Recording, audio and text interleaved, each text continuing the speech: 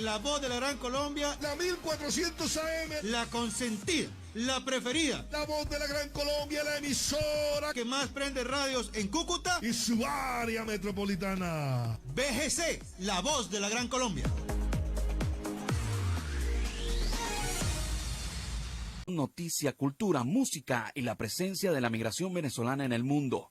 A partir de este momento, Venezuela siempre, siempre Venezuela. Bienvenidos a esta primera ronda informativa en Siempre Venezuela, Venezuela es noticia.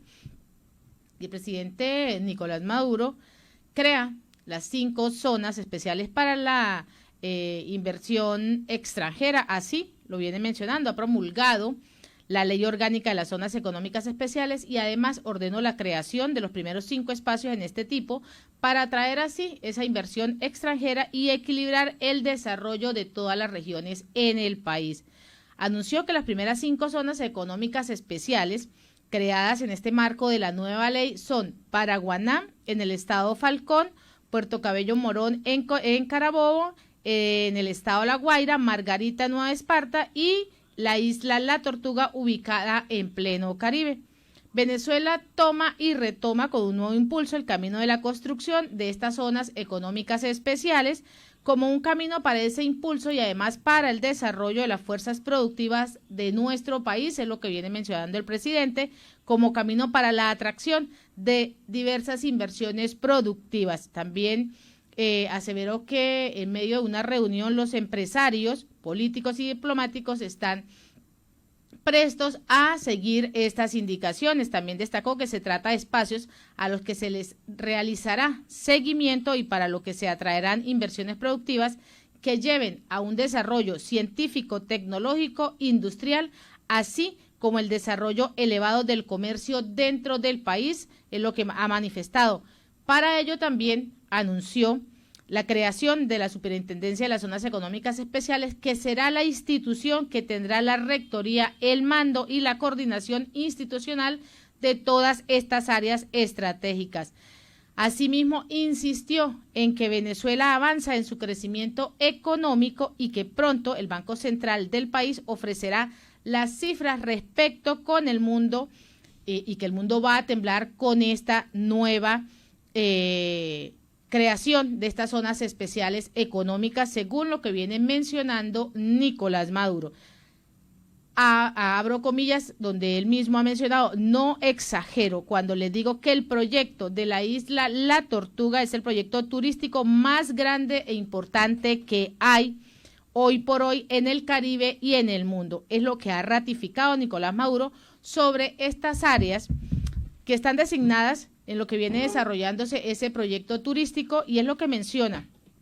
Destaca esos espacios importantes de seguimiento, de atraer esa inversión productiva, de ese desarrollo científico, del cual pues tanto viene jactándose y hablando cuál es ese desarrollo, cómo se va a desarrollar, cómo van a estar los empresarios en este momento buscando ese equilibrio económico en medio de esta ley.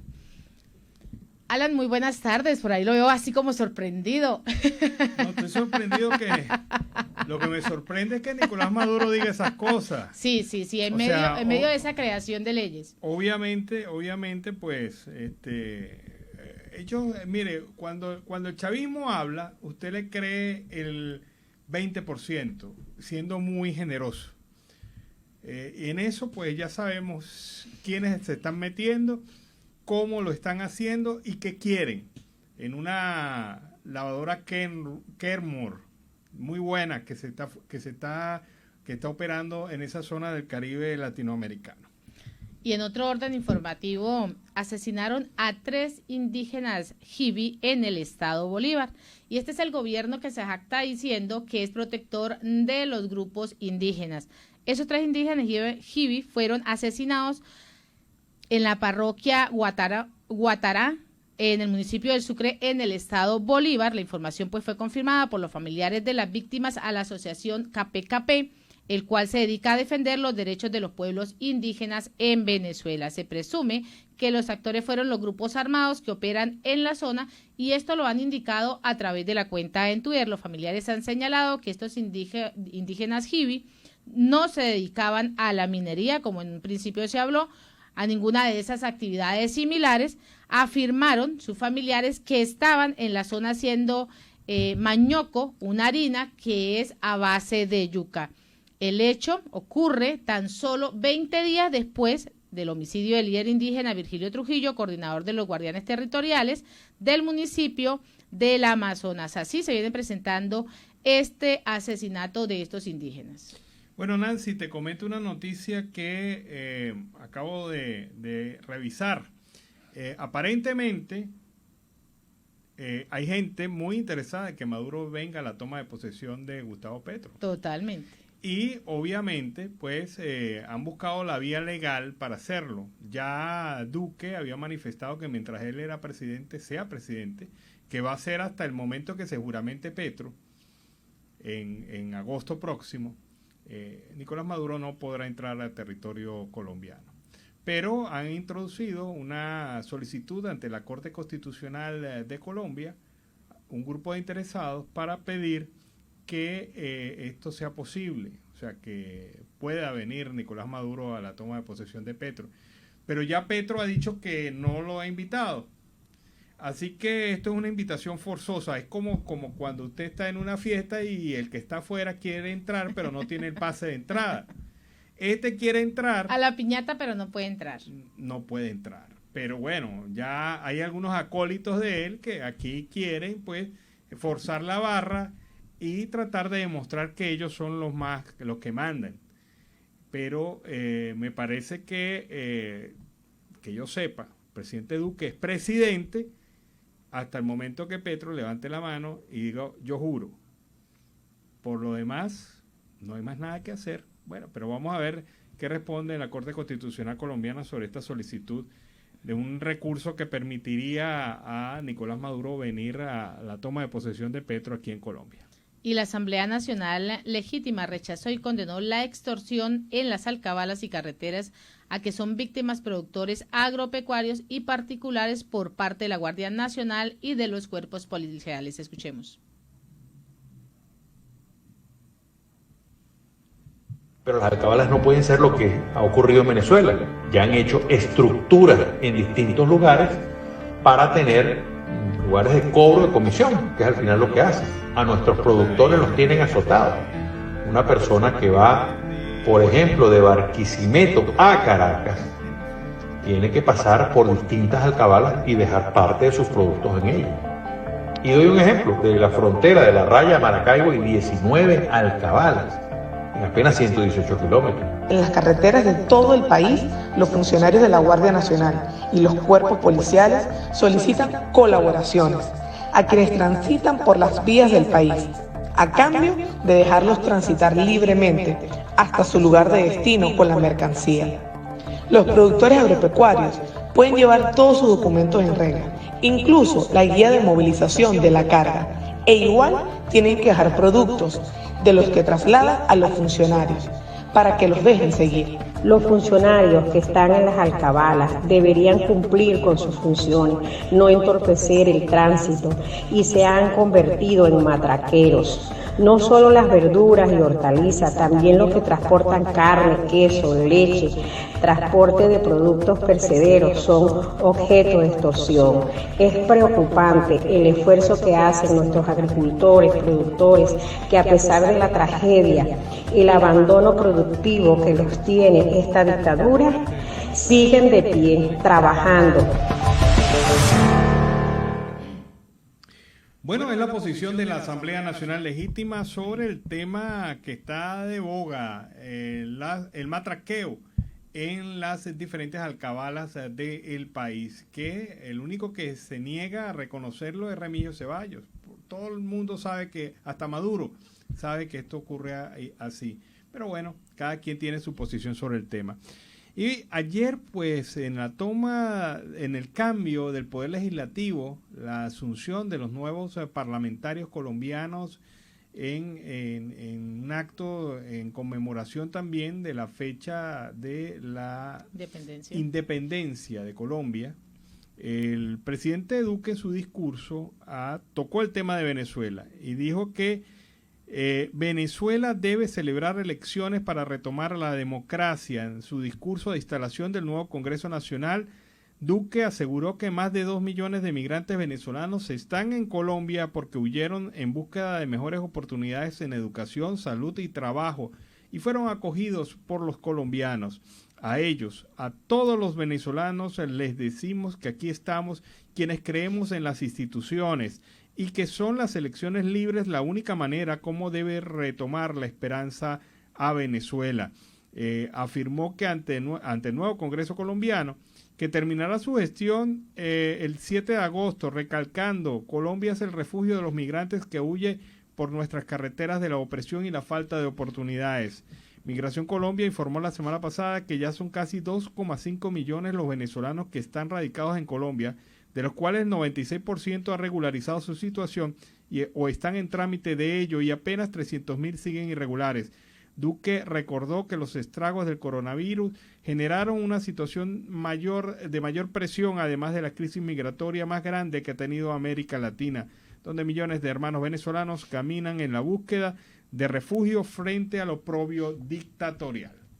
Y en otro orden, la administración estadounidense mantiene a Venezuela, Cuba y Nicaragua en la lista negra, el cual pues considera que son 3 países que incumplen con los estándares estipulados por la ley de Estados Unidos, el cual establece métodos para evitar y proteger a las víctimas de trata. Este informe de tráfico de personas del año 2022, elaborado por el Departamento de Estados Unidos, que revisa la situación del delito en el mundo, Venezuela es la nación latinoamericana con las críticas más contundentes. No reúne en absoluto los estándares mínimos para eliminar el tráfico y no está haciendo ningún tipo de esfuerzo para hacerlo. Esto es lo que vienen mencionando en medio del comunicado Estados Unidos. Bueno, yo me pregunto, y usted mismo también revise su memoria. ¿Usted ha escuchado a algún funcionario de la administración del gobierno de facto o al propio presidente de facto, Nicolás Maduro, decir algo sobre el tema de la trata de blancas y los mecanismos que operan tanto en Venezuela como en Colombia y otros países para esto? Ha sido un silencio total, un mutis, como si eso no fuera de importancia para ellos. Para ellos la importancia es otra. Pero allí hay un grueso número de venezolanos y venezolanas, niños, adolescentes, adultos, que han sido víctimas de la trata de blancas y siguen sometidos a estas cadenas de esclavitud que el gobierno de facto niega. Porque al hacer silencio lo está negando todo. Lo está negando. Vámonos a la pausa comercial y musical, ya regresamos. Resulta que hemos estado chequeando más información sobre esta solicitud que hizo un ciudadano colombiano para que Maduro pueda estar aquí en la toma de posesión del presidente Petro. Este ciudadano se llama Juan Carlos Castellano y presentó una tutela judicial que fue admitida y no fue en la Corte Constitucional como les había dicho, fue en el Consejo de Estado de Colombia, que entiendo yo se encarga de los aspectos de la administración pública. Esta busca un objetivo, que se permita la presencia de Nicolás Maduro en la posesión de Gustavo Petro como jefe de Estado el próximo 7 de agosto. Según la revista Semana, el candidato Gustavo Petro habría dicho que es consciente del hecho de que el acto de posesión, ojo y oído, lo organiza la administración de Iván Duque. Respeto la posición del actual gobierno, dijo frente a la afirmación del primer mandatario de que no dejará entrar a Colombia al gobernante venezolano y por eso descartó que asistiera a Maduro a esta toma de posesión. El que propuso la tutela, el señor Castellanos, ha dicho que en el caso de Maduro se vulneró sus derechos fundamentales a la igualdad, al libre desarrollo de la personalidad y a la democracia. Perdón. ¿Derechos fundamentales de la igualdad de qué? ¿El tema del libre desarrollo de qué personalidad? Sí, pero él la tiene desarrollada en Venezuela totalmente. Claro, pero además que hay una cosa muy, muy práctica con esto. El señor Castellano no ha presentado credenciales como representante legal de Nicolás Maduro, y Nicolás Maduro, que yo sepa, no es ni menor de edad ni es un impedido. si él quiere hacerlo, él debería solicitarlo él, no este señor, porque no puede asumir la representación que no tiene de Maduro en este acto. Así que, como van las cosas, la lógica jurídica indica que esto debe caerse muy rapidito, por esas razones que les mencioné. Pero sin embargo, en la lógica política, cualquier cosa puede suceder lamentablemente. Y en otro orden informativo, el régimen persigue el control de las escuelas y someter a la población bajo un esquema de militarización. Escuchemos. El 85% de la educación en Venezuela pertenece al sistema público, siendo el único responsable de la gran crisis educativa el Estado en manos del régimen perverso de Nicolás Maduro. Nuestros jóvenes no cuentan con alimentos, transporte, vestidos, útiles, elementos básicos para poder estudiar. Y como complemento de estas deficiencias, los estudiantes no cuentan con los servicios públicos básicos como la electricidad. Es la muestra de una total irresponsabilidad, de una ausencia real de políticas educativas coherentes con elementos como lo que plasma la Convención de los Derechos del Niño y además en un claro desprecio por lo que representa que nuestros niños y que nuestros estudiantes puedan seguir con lo que habíamos estado acostumbrados en Venezuela. El pensamiento libre, el pensamiento autónomo que nos brinda la educación. Para rescatar la educación se deben crear en primer término fondos solidarios para atender la situación salarial de los docentes, pero también lo concerniente a la infraestructura. Debemos igualmente mejorar el país para que regresen nuestros docentes y ante esa deserción, mientras promover y auspiciar planes de formación para llenar las plazas vacantes. La crisis migratoria ha sido tan severa en este sector que cerca de un 25% de los docentes se ha marchado del país y más de 1 millón de alumnos han dejado los estudios en los niveles de primaria y secundaria. Bueno, la difícil situación de la educación en Venezuela y el gobierno pensando en que los militares pueden dar clases sustituyendo a docentes profesionales venezolanos. Y al inicio de la emisión, Alan y audiencia hablaba sobre esas zonas económicas que el presidente ha delimitado y de la cual promulgó y dice que en medio de esas localidades está la isla de la Tortuga, que está ubicada en el territorio insular de Miranda, se convertiría en ese gran centro turístico del Caribe, es lo que ha señalado en ese acto que ha transmitido. En ese sentido también ha exhortado a los empresarios de África, América Latina, Asia, Europa y el Caribe a invertir en ese proyecto ecológico más importante para el mundo entero. Pero ante eso se ha pronunciado el viceministro de Economía Productiva, Héctor Silva, quien ha informado que en esa isla se construirían 10 hoteles resort de alto nivel empleando energía renovable. Este proyecto se desarrolla teniendo en cuenta el medio ambiente, respetando las normas y el reglamento a través del marco del Ministerio Ecosocialista, de lo que ha agregado. También ha destacado que se ejecutarán al borde de la isla, precisamente respetando la fauna, la flora de la isla La Tortuga. Silva también comentó que harán un centro de investigación que aporte permanentemente el desarrollo de la tecnología y la investigación para así poder salvaguardar el medio ambiente. Sostuvo que ese proyecto turístico en la isla La Tortuga comprenderá la construcción de un aeropuerto internacional y un puerto que va a ser destino de los cruceros que van a transitar por el Caribe.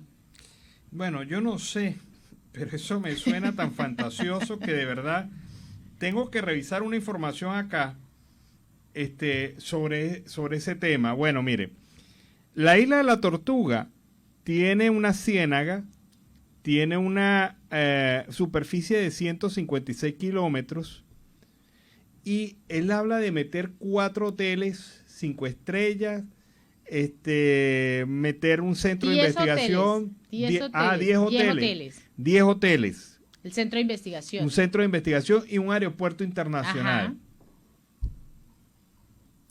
Y uno ve las dimensiones de la isla de La Tortuga y no creo que nos dé para eso.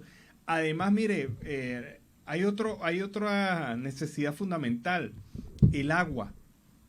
¿Cómo se va a trasladar el agua? En este momento, hacer turismo en Islas de Tortuga es un poco turismo de aventura. Irse a unos campamentos que se establecen en la playa, que pueden ser campamentos premium, como campamentos más regularcitos.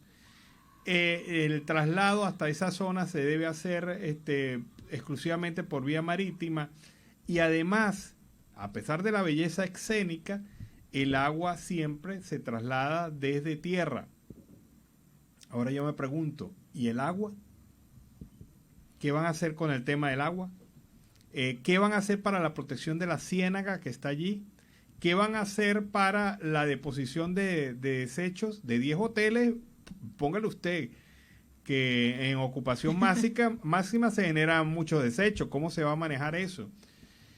¿Cómo se va a manejar, por ejemplo, el tema de una construcción como un aeropuerto en esa zona, que si quiere ser un aeropuerto respetable, debe tener para ciertos tipos de aviones de envergadura? No puede ser simplemente para avionetas, porque ahí no se hace turismo con avionetas. Y hay tantas preguntas y tantas cosas. A mí el régimen cada día te sorprende más. Sí, me da mucha curiosidad, porque hacen tremendos anuncios, pero cuando uno les pregunta cómo lo van a hacer, ahí es donde empiezan a patinar. Ahí es donde resbalan. Ahí es donde no pueden dar la respuesta. Ahí es donde dicen, vamos a hacer el principal desarrollo turístico del mundo, porque ya lo dijeron. Sí. Y va además a competir, porque este proyecto turístico es muy avanzado, según el gobierno. Va a competir con Aruba y con Curazao. Ah, ok. Van a competir. Bueno, yo de verdad que dudo de esto, pero lo que sí veo es que si van a hacer lo mismo que hicieron con el arco minero en el estado Bolívar, que destruyeron, no les importó para nada la flora y la fauna. Si tienen la misma conciencia ecológica que han tenido con los derrames petroleros a lo largo de todas las costas, incluso las costas turísticas venezolanas, ¿qué se espera para una isla que hasta ahora ha sido virgen en materia de intervención y que se está transformando entonces, según ellos, en un polo de desarrollo mundial? El principal inversionista debe venir para acá, para ese foro de desarrollo mundial. Con este reporte nos vamos a la pausa comercial y musical del momento, y a regreso seguimos acá en Venezuela Siempre, Siempre Venezuela. Seguimos en Siempre Venezuela, Venezuela Siempre es Noticia, a través de este dial, el 1400 AM, La Voz de la Gran Colombia, de nuestras redes sociales oficiales. Síguenos en Facebook, Instagram, Twitter, en YouTube, en la página web www.siemprevenezuelaweb.com, enlazados con La Voz del Río Arauca 1110 AM, y en esta segunda hora se incorpora Radio Delfín 1060 AM. Saludamos en el control máster al señor Víctor Márquez y a Robinson Cárdenas, a nuestro corresponsal Carlos Uzcategui Miura y a toda esa amable audiencia. Continuamos con más información. Bueno, la noticia más reciente. Le han secuestrado a un dirigente al Partido Comunista de Venezuela, y este fue el régimen de facto, según denuncian los mismos dirigentes del Partido Comunista de Venezuela. Ha denunciado el secuestro por parte de funcionarios policiales del militante Ángel Castillo, coordinador nacional del colectivo 2 de junio de los trabajadores de Barrio Adentro, y otras reivindicaciones salariales. Serpa y Castillo fueron parte del bloque comunista que participó en la movilización de los trabajadores públicos desarrollada en horas de la mañana contra el fraude salarial del gobierno nacional. Este secuestro ocurrió en horas del mediodía en Venezuela, en la ciudad de Caracas. La delegación del PCB fue perseguida por una camioneta Runner blanca hasta la sede nacional. Funcionarios del SEBIN con armas largas y cortas bloquearon el acceso al edificio, golpearon a Serpa y secuestraron a Castillo. El secuestro de Castillo ocurrió entonces frente a la sede nacional del Partido Comunista de Venezuela, una vez finalizó la protesta que se estaba realizando en la mañana, y con la presencia de grupos de representación sindical de varios estados del país que estaban exigiendo lo que han venido exigiendo, la derogatoria del disruptivo NAPRE. Pero date cuenta que la semana pasada fue contra bandera roja.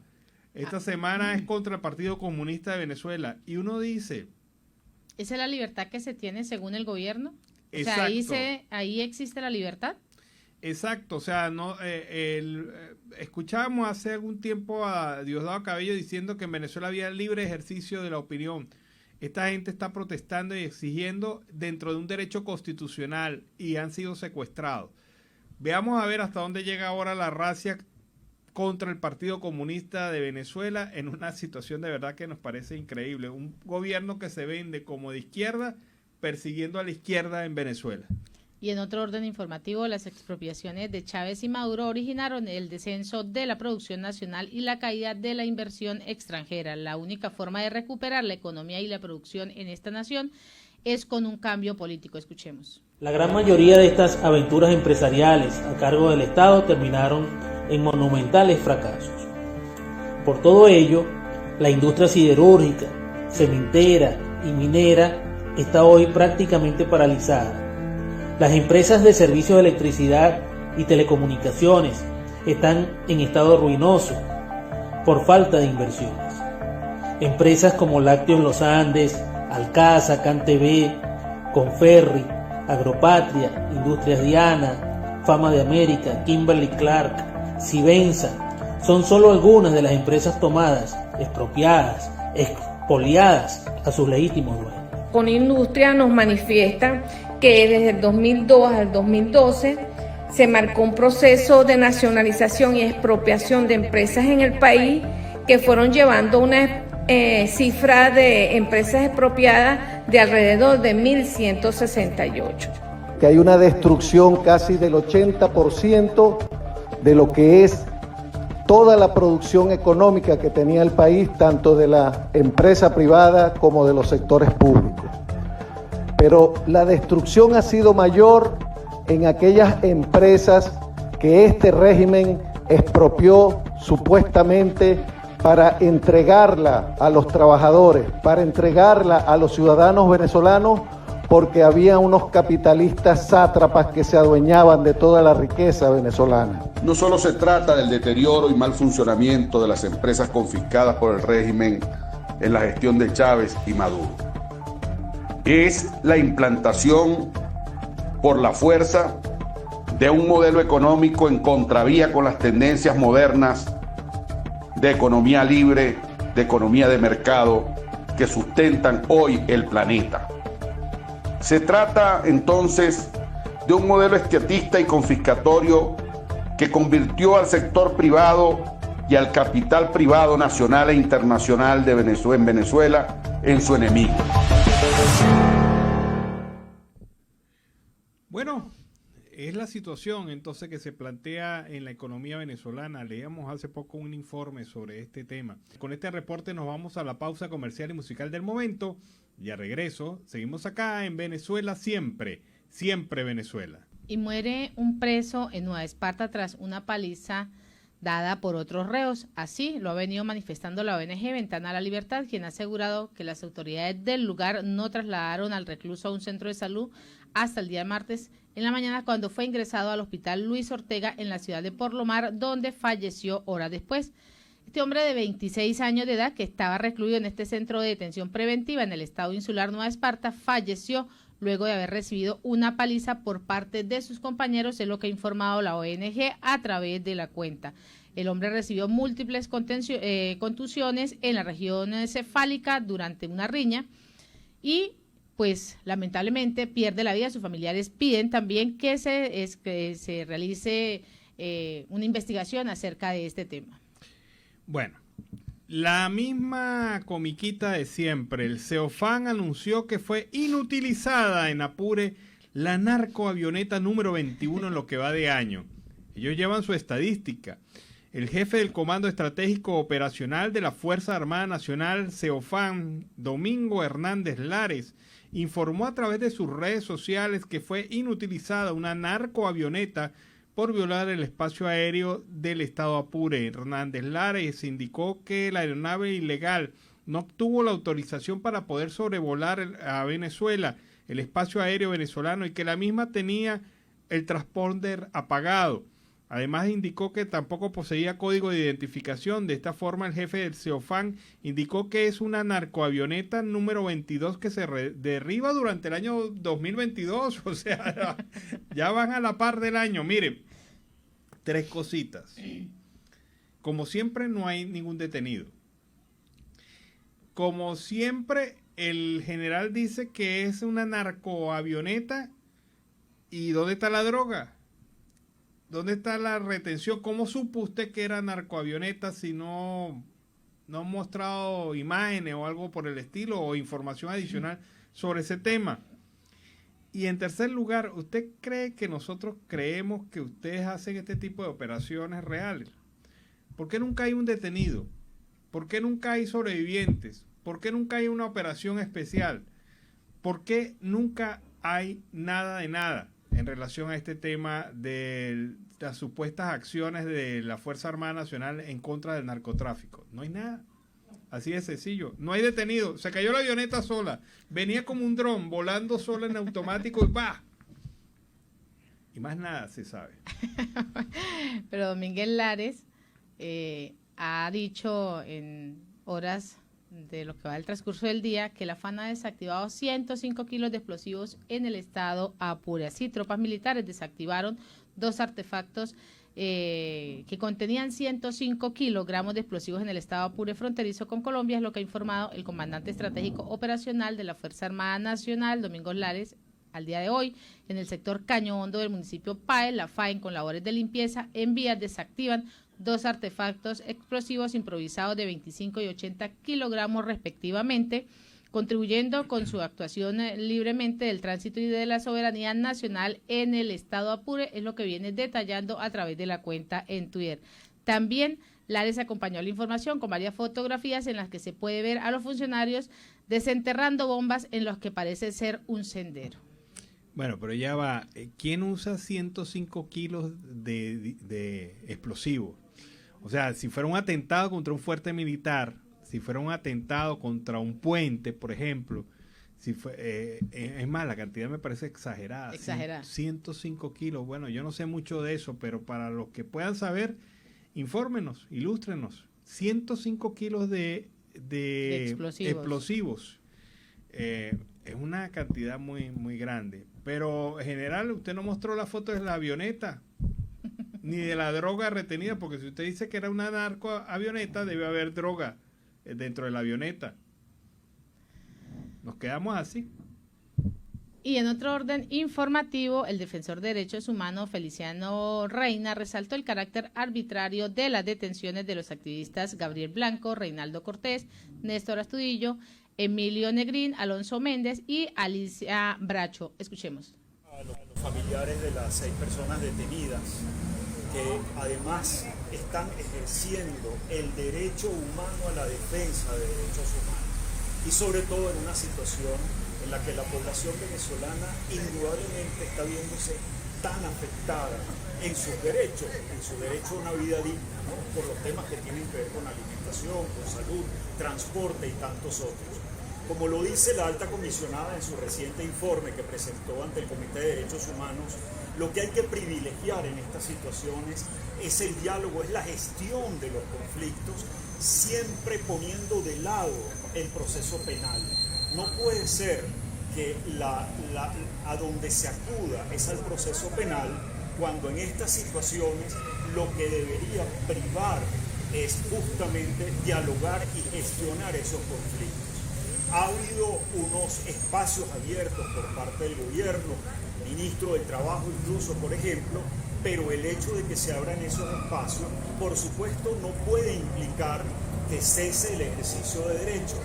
Y protestar es un derecho, manifestar es un derecho, acompañar a las personas afectadas en sus derechos humanos, de nuevo, es un derecho. Así que para nosotros es esencial que esos espacios de diálogo se mantengan, pero también el respeto al ejercicio de los derechos humanos, como bien dice un cartel que tenemos atrás, que es la posibilidad de documentar, de difundir las situaciones, de denunciarlas y de buscar las maneras de que cesen esas situaciones de vulneración de derechos humanos. Ahora, Feliciano, en los últimos meses y en los últimos años se ha perseguido precisamente a las organizaciones no gubernamentales. ¿Por qué crees tú? ¿A qué se debe? Porque si son las públicas que de alguna manera ayudan a las personas vulnerables, porque... Bueno, ahí está la situación. Se vulneran los derechos humanos de los detenidos de bandera roja. Y hoy empieza la semana, digamos, sigue la semana con vulneración de derechos humanos, y en esta oportunidad es representante del Partido Comunista de Venezuela. Increíble, pero cierto. Con este reporte nos despedimos. Así hemos llegado al final de esta emisión de Siempre Venezuela. Venezuela siempre es noticia, a través de este dial, el 1400 AM, La Voz de la Gran Colombia, de nuestras redes sociales oficiales, enlazados con La Voz del Río Arauca 1110 AM y Radio Delfín 1060 AM. Agradecemos en el Control Master a Alex Meneses, a Roberto Alexis Rojas, a Robinson Cárdenas, al señor Víctor Márquez, en la producción a Vanessa Chacón, Alan Peralta con Registro Nacional 0715 y quien les habló, Nancy Pacheco, con Registro Nacional 0713 del Colegio Nacional de Periodistas, Seccional Norte de Santander. Hasta la tarde. Hasta la tarde, cuídense.